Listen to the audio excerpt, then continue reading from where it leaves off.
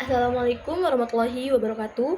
Perkenalkan, saya Siti Rahmawati dari kelas 4E, Program Studi Pendidikan Agama Islam. Di sini saya akan menjawab soal dari ujian tengah semester mata kuliah Filsafat Pendidikan Islam. Pertanyaan nomor 1, filsafat pendidikan Islam itu sebenarnya cara pandang tentang pendidikan yang nggak cuma fokus ke pintar secara akademik gitu, tetapi juga ke iman dan akhlak kita sendiri gitu. Jadi pendidikan itu dilihat sebagai proses membentuk manusia yang seimbang punya ilmu dan punya keimanan gitu. Dan juga punya sikap yang baik. Nah, jadi cara pandangan ini tuh sangat berpengaruh gitu ke bagaimana pendidikan itu dijalankan di madrasah dan pesantren tersebut. Lalu, kalau misalkan di madrasah, pengaruhnya itu kelihatan dari pelajaran dan kegiatan sehari-harinya gitu. Jadi, siswa itu nggak cuma belajar pelajaran umum gitu seperti matematika atau IPA gitu, tapi juga belajar agama seperti fikih, akidah, Al-Quran, Qudis, seperti itu. Selain itu juga biasanya ada kebiasaan seperti kayak doa sebelum belajar atau misalkan sholat berjamaah seperti itu. Dari situ kelihatan gitu kalau tujuan pendidikan itu tuh bukan cuma supaya siswa itu pintar gitu, tapi juga punya sikap dan perilaku yang baik gitu. Kalau misalkan di pesantren, pengaruh filsafat pendidikan Islam itu eh, kayak terasa lebih kuat lagi gitu. Soalnya santri itu kan bukan cuma belajar di kelas, tetapi juga hidup di lingkungan pesantren setiap harinya gitu. Kayak mereka tuh dibiasakan untuk disiplin, mandiri, terus juga kayak mereka tuh bisa menghormati guru dan kiai gitu. Bahkan ada anggapan kalau adab itu lebih penting daripada ilmu. Jadi cara bersikap ke guru, ke teman, dan ke lingkungan itu kayak bener-bener dijaga gitu. Nah, contoh yang sering ditemui di lapangan itu kayak santri itu punya jadwal harian yang cukup padat, mulai dari sholat berjamaah, ngaji kitab, dan juga kayak kerja bakti seperti itu. Nah, mereka juga biasanya mengurus kebutuhan sendiri gitu, seperti mencuci baju atau sekedar membersihkan kamarnya sendiri gitu. Dari hal-hal sederhana itu pun sebenarnya mereka lagi belajar gitu tentang tanggung jawab dan juga kemandiriannya gitu dalam kebersamaan gitu. Jadi bisa dibilang filsafat pendidikan Islam itu benar-benar terasa dalam praktiknya gitu. Pendidikan itu gak cuma soal belajar di kelas, tapi juga soal kebiasaan sehari-hari mereka gitu yang membentuk karakter mereka sendiri gitu. Makanya lulusan madrasah dan pesantren itu diharapkan gak cuma pintar tapi juga punya akhlak yang baik dalam kehidupan sehari-hari begitu.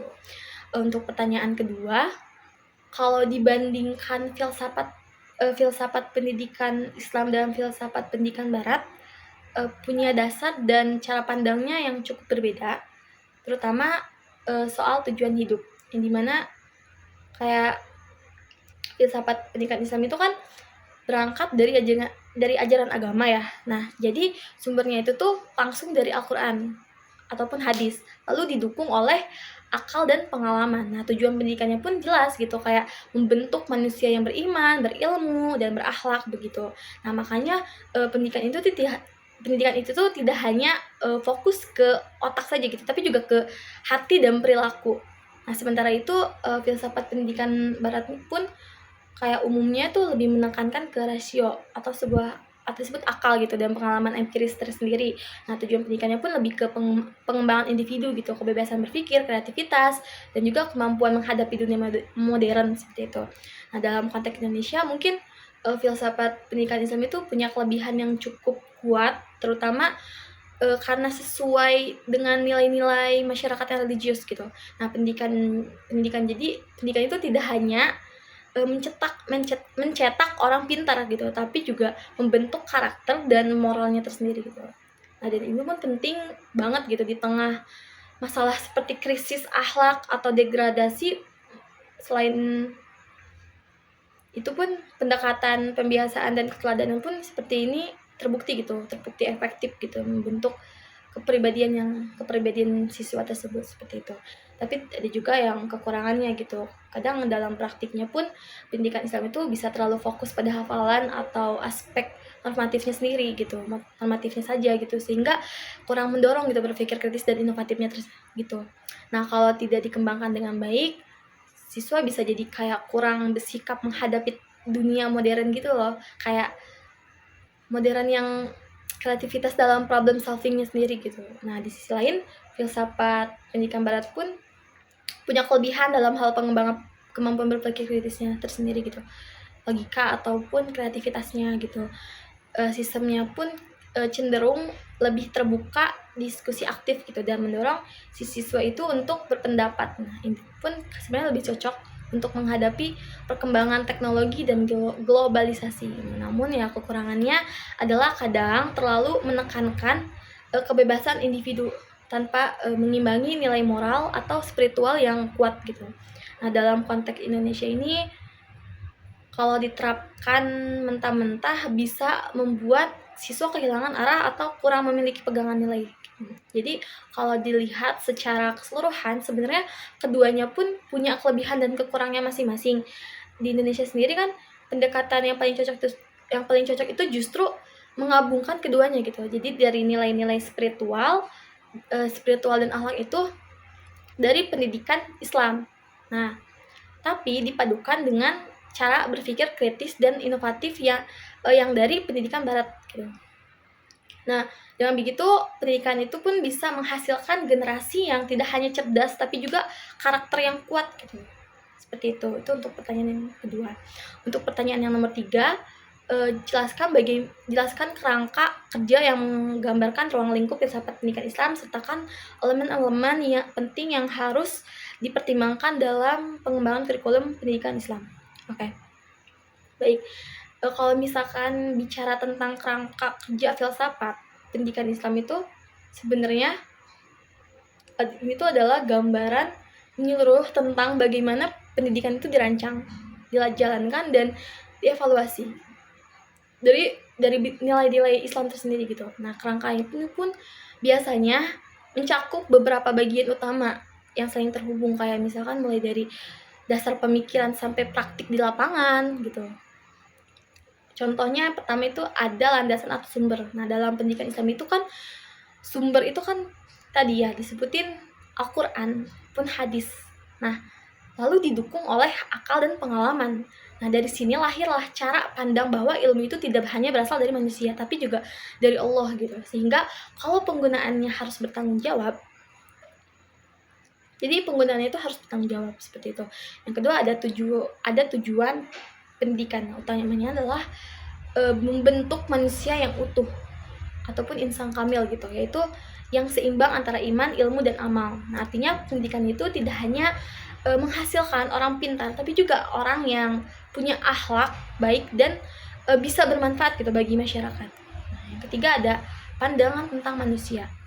Dalam Islam, manusia itu dipandang sebagai makhluk yang punya potensi atau bisa disebut dengan fitrah yang harus dikembangkan. Jadi pendidikan itu harus membantu gitu, mengarahkan potensi itu agar berkembang secara maksimal. Nah, baik secara intelektual, spiritual maupun sosialnya. Yang keempat ada peran pendidik, yang dimana bisa disebut dengan guru. Guru itu bukan hanya menyampaikan materi, tapi juga teladan gitu, kayak uswah. Sikap, perilaku, dan kepribadian guru itu sangat berpengaruh gitu terhadap pembentukan karakter siswa tersebut. Seperti itu. Yang kelima ada kurikulum. Kurikulum itu dalam pendidikan Islam harus mengintegrasikan ilmu agama dan ilmu umum. Tidak boleh ada kayak pemisahan gitu. Karena keduanya itu pada dasarnya itu berasal dari Allah gitu dan saling melengkapi seperti itu. Yang keenam ada metode pembelajaran, yang dimana metode itu kan digunakan tidak hanya ceramah tapi juga pembiasaan ataupun keteladanan seperti itu.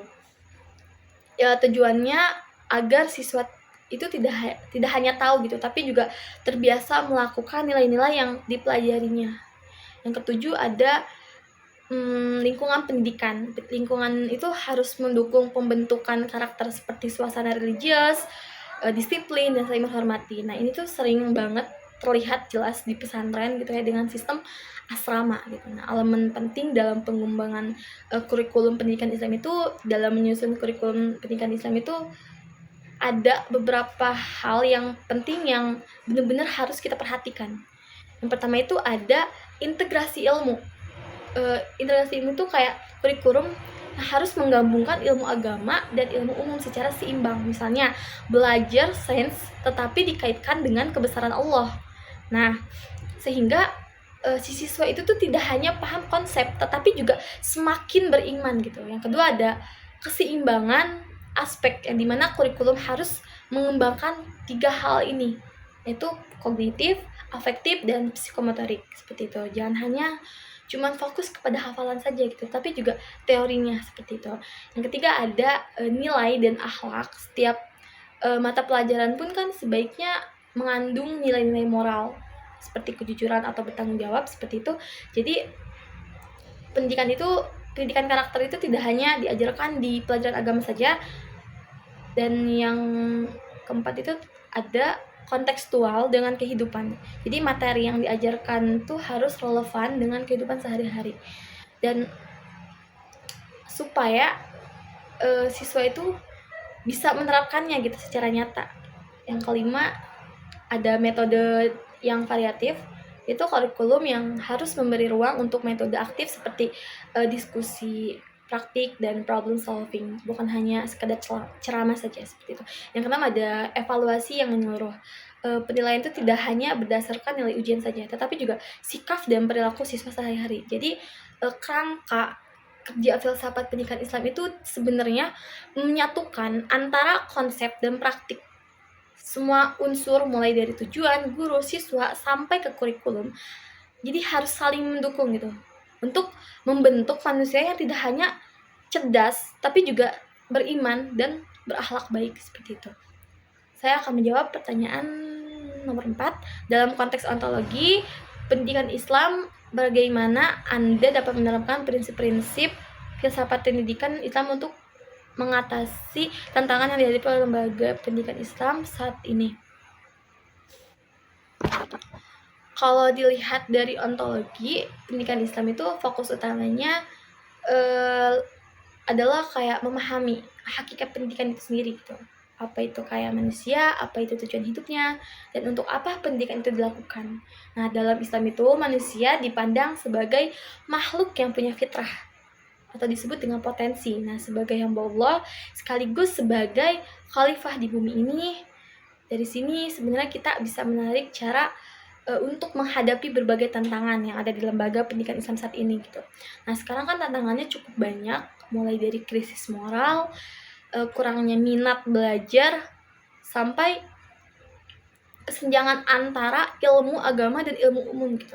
Nah, prinsip-prinsip filsafat pendidikan Islam ini bisa jadi solusi kalau diterapkan dengan tepat. Yang pertama, misalkan soal krisis akhlak. Nah, ontologi pendidikan Islam itu menegaskan bahwa manusia itu tidak hanya butuh ilmu, tapi juga pembinaan hati. Jadi, penerapannya itu bukan cuma menambah pembelajaran agama, tapi juga memperkuat pembiasaan dan keteladanan. Misalnya guru benar-benar jadi contoh dalam sikap sehari-hari, bukan hanya sebatas menyampaikan materi, maupun di sekolah ataupun di pesantren juga. Nah, di sekolah atau di pesantren pun ya juga bisa diperkuat budaya seperti kayak kejujuran, kedisiplinan, atau bertanggung jawab, bukan cuman sekedar hanya teori di kelas saja gitu. Nah, yang kedua ada soal pemisahan antara ilmu agama dan ilmu umum.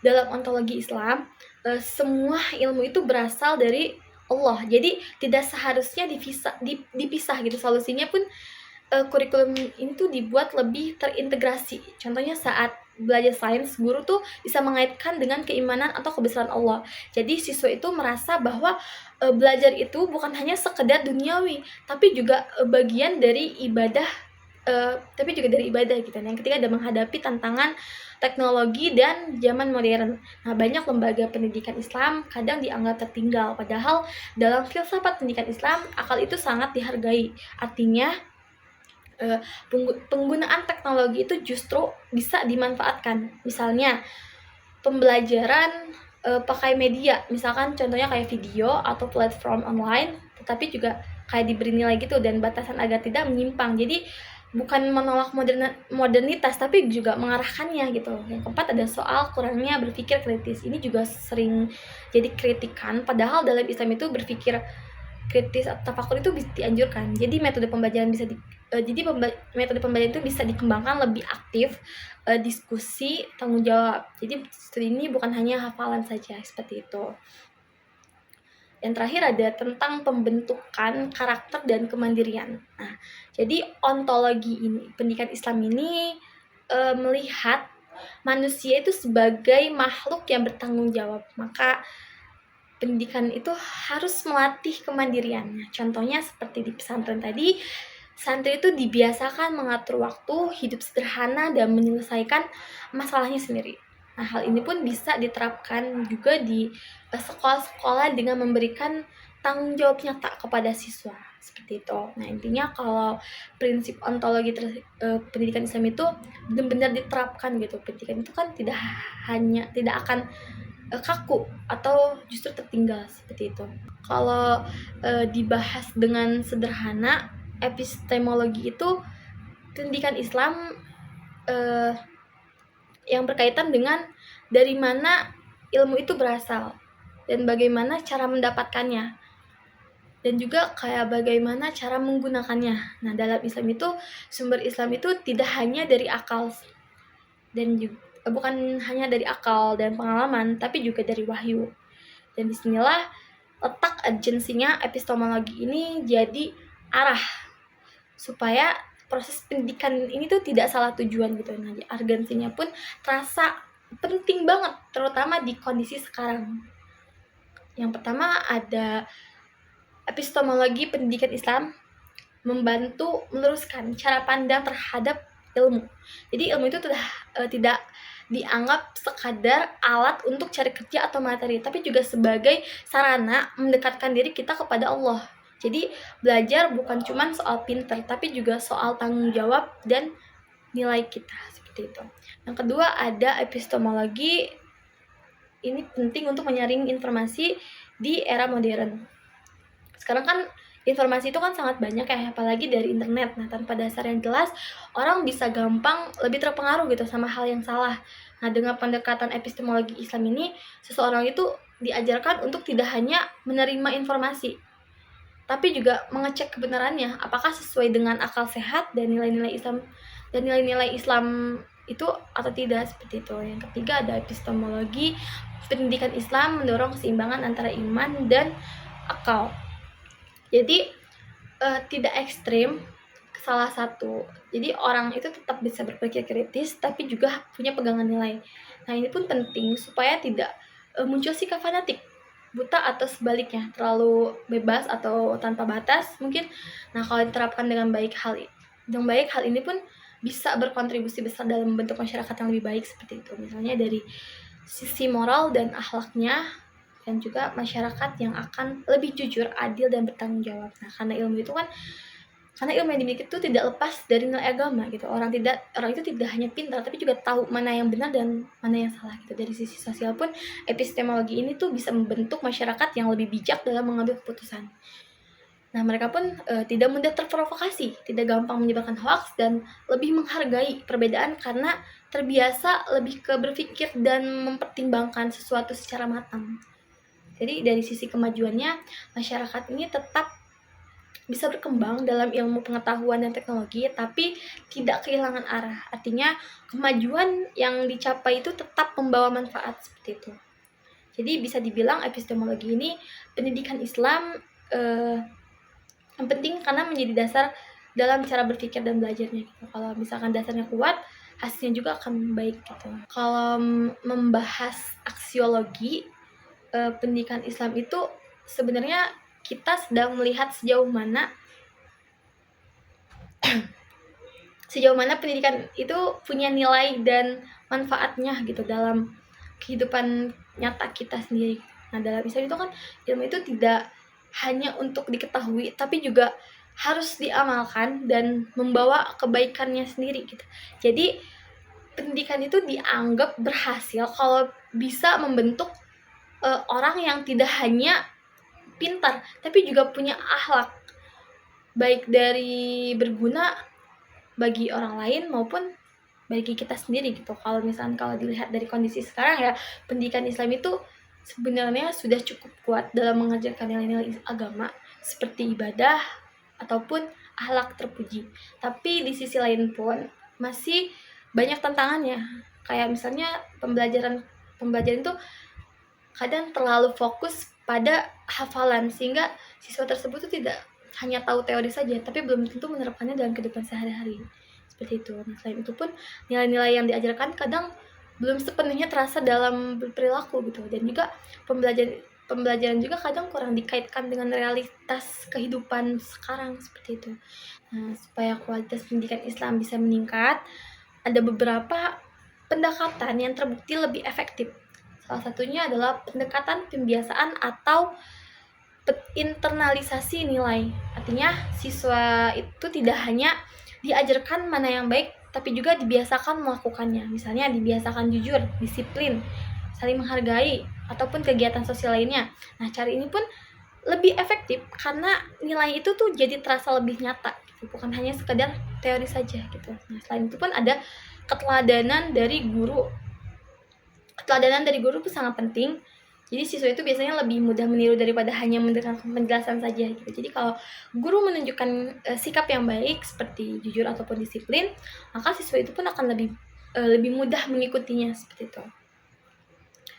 Jadi membuat pendidikan itu jadi lebih hidup itu yaitu tadi pendidikan yang menggabungkan ilmu agama dengan ilmu umum. Jadi siswa itu tidak merasa bahwa pembelajaran agama itu terpisah dari kehidupan. Misalnya saat belajar sains atau ekonomi tetap dikaitkan dengan nilai kejujuran, tanggung jawab, atau kebesaran Allah. Nah, dengan begitu siswa itu bisa memahami bahwa semua ilmu itu punya nilai dan tujuan yang baik. Selain itu juga pembelajaran itu juga diperlukan dibuat lebih dekat dengan kehidupannya sehari-hari. Jadi tidak hanya teori di kelas, tapi juga kayak praktek langsung ke lapangan, seperti itu. Misalnya belajar tentang kejujuran lewat contoh kisah nyatanya atau studi kasus, ataupun belajar fikih dengan praktiknya langsung. Nah, itu pun akan menjadi siswa itu lebih paham dan mudah menerapkan gitu dalam kehidupan mereka masing-masing. Yang tidak kalah penting adalah melatih siswa untuk berpikir kritis. Nah, dalam Islam sendiri, berpikir itu kan dianjurkan. Jadi, siswa itu tidak hanya menerima, tapi juga diajak memahami dan merenungkan. Nah, dengan begitu, mereka itu tidak mudah terpengaruh hal negatif dan bisa mengambil keputusan dengan lebih bijak gitu.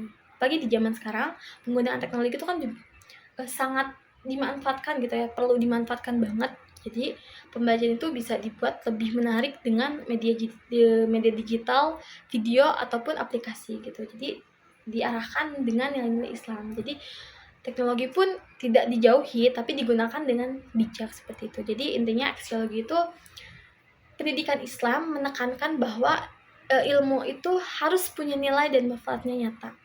Nah, pendekatan yang paling efektifnya itu tadi adalah tidak hanya mengajarkan, tapi juga membiasakan, memberi contoh, dan mengaitkan dengan kehidupan nyata.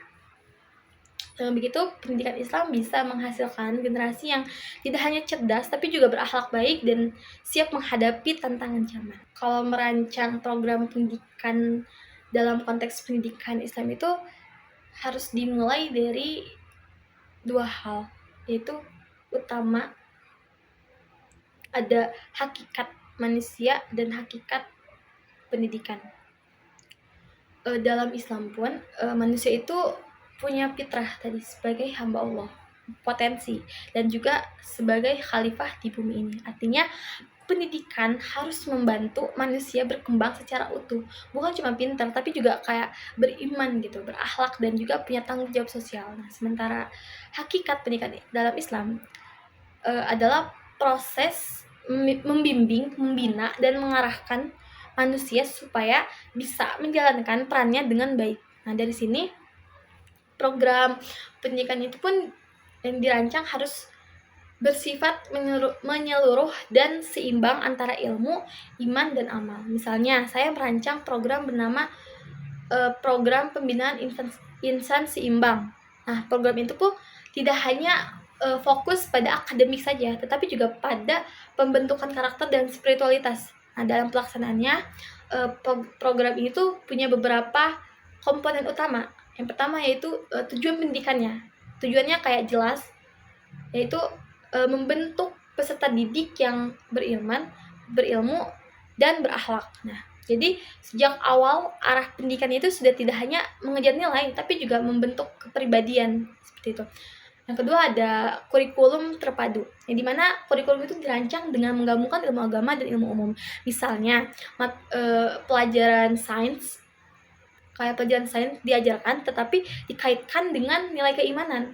Nah, pelajaran agama itu tidak hanya teori saja, tapi langsung dipraktikkan juga gitu dalam kehidupan sehari-harinya, seperti itu. Yang ketiga ada metode pembelajaran tadi. Metode yang digunakannya juga tidak hanya sebatas ceramah, tetapi juga pembiasaan praktiknya gitu, secara langsung, diskusi ataupun keteladanannya gitu. Misalnya ada kegiatan rutin seperti sholat berjamaah, kajian, ataupun kegiatan sosial yang membuat siswa itu terbiasa gitu menerapkan nilai-nilai tersebut, seperti itu. Yang keempat ada peran guru tadi. Peran guru tuh ya bukan hanya sebagai pengajar tapi juga pembimbing yang sebagai teladan, seperti itu. Pertanyaan ke-8, kalau kita bicara tentang demokratisasi pendidikan, yang intinya adalah pendidikan harus bisa diakses semua orang. Jadi kayak secara langsung itu adil dan tidak diskriminatif. Nah, kalau dalam konteks ini, filsafat pendidikan ini sebenarnya punya peran yang sangat kuat, karena sejak awal Islam itu sudah menekankan keadilan gitu, kesetaraan, dan juga pentingnya menuntut ilmu bagi semua manusia. Jadi dalam filsafat pendidikan Islam itu semua manusia itu dipandang punya derajat yang sama gitu di hadapan Allah.